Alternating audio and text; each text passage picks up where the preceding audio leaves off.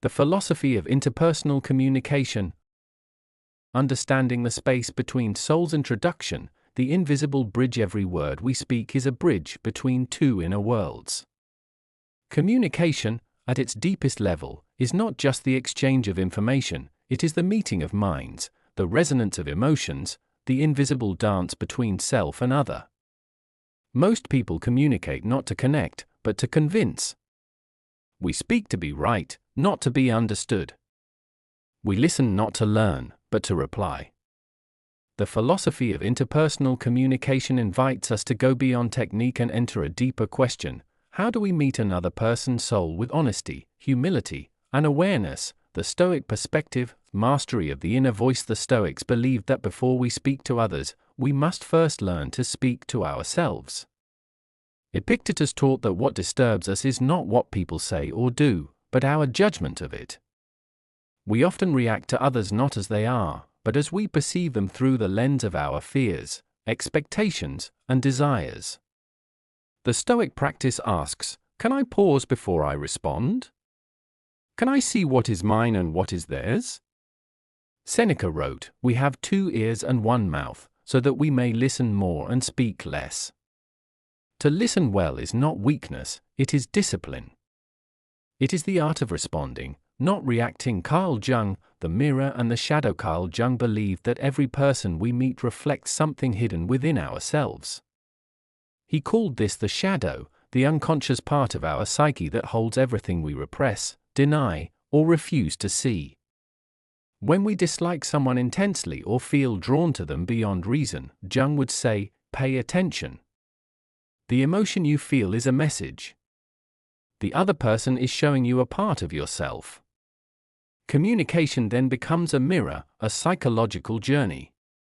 Through others, we meet our own unfinished lessons. Different approaches to connection. Throughout history, humanity has developed many philosophies of communication, rhetorical, existential, and spiritual.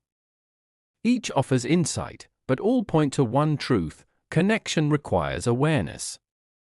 When you speak, ask yourself, from what place am I speaking? From fear or from love? From ego or from understanding?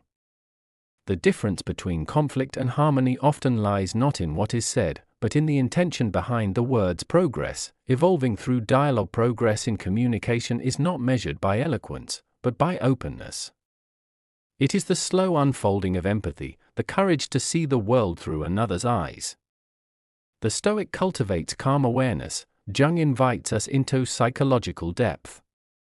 Together, they lead to an integrated form of communication, one that unites discipline with self-discovery. The inner conversation. Before we can truly connect with others, we must face the most difficult dialogue of all, the one within ourselves. Can you listen to your own fears without running away? Can you forgive the parts of yourself you have silenced or rejected? Jung said, until you make the unconscious conscious, it will direct your life and you will call it fate. The Stoics would agree, self-awareness is freedom, the sacred space between us, the space between two people, that invisible field where words, gestures, and emotions meet, is sacred. It is the meeting point of two universes. The philosopher Martin Buber called this the I-thou relationship, the sacred moment when we see another person not as an object, but as a being.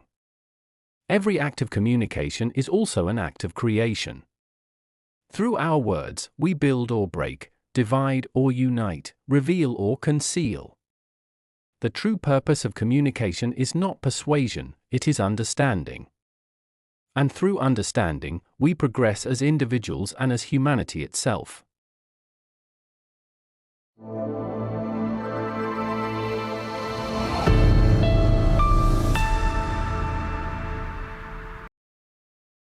Prepared for Daily Progress Audiobook.